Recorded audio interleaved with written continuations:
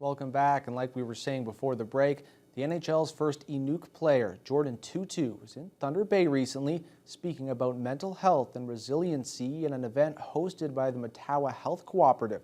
Lee Noonan was there. The land is what I needed. The land is where we heal as Indigenous people.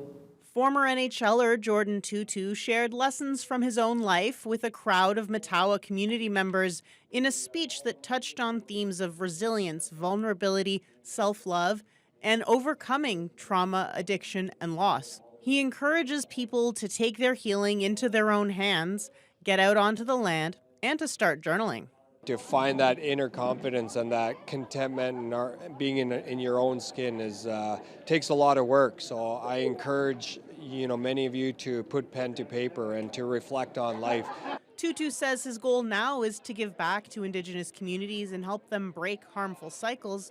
But of course, he also answered questions about his career in the NHL and addressed the racism he faced on the ice. As Indigenous people, we tend to shut down and think it's our fault.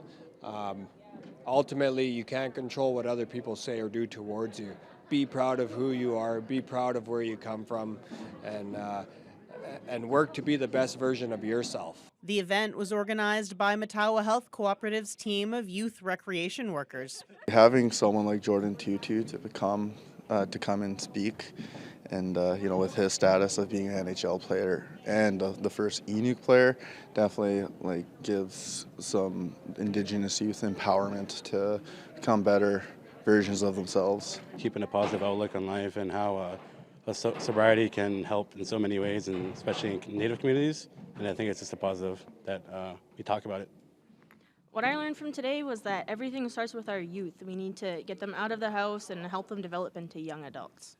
Young and old, attendees all seemed to enjoy the event and appreciate Tootoo's words of wisdom. You just shook hands and got an autograph from Jordan Tootoo.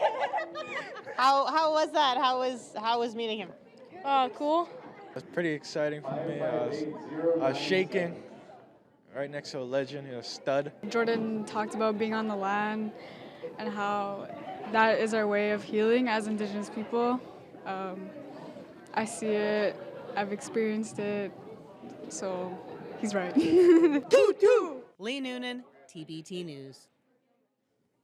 Oshki-Wenjack Education Institute celebrated the graduation of over 70 post-secondary students in Thunder Bay this week. The graduates came together with their family, friends, and community for the momentous occasion.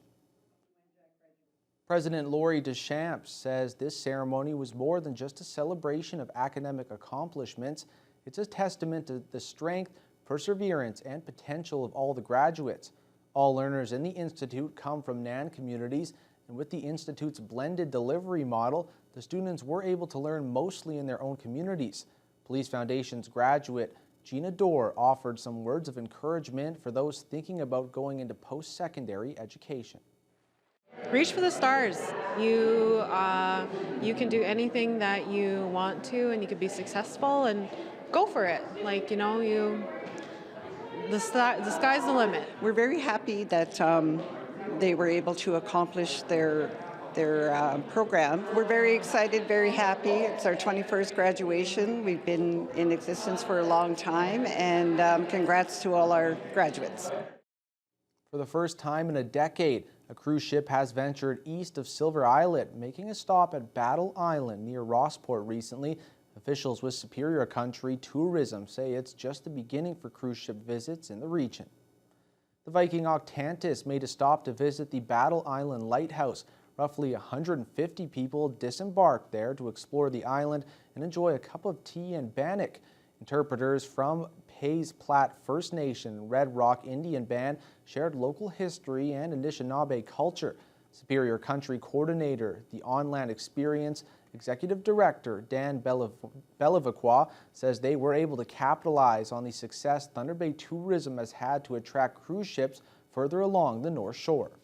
We heard from the guests themselves that it was one of the best on-land experiences that they had on the cruise. Some of them even saying one of the best on-land experiences they've had in several cruises. It looks very nice, and we have talked to local guides and so on. So they said it will be nice. So we'll put down all the toys in the water and go around and expedition and so on. We will see how it turns out this year, and if it's good, then we will keep it.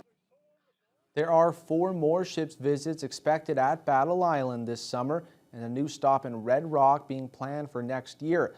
Bellevaquois says the visits bring direct economic impact through fees they collect for on-land experiences, as well as other costs like marina fees. He expects to see the interest grow as cruise goers come to know and love the region. And that's all the time we have for this edition of Northwest Newsweek. Thanks for joining us, and we'll see you next week.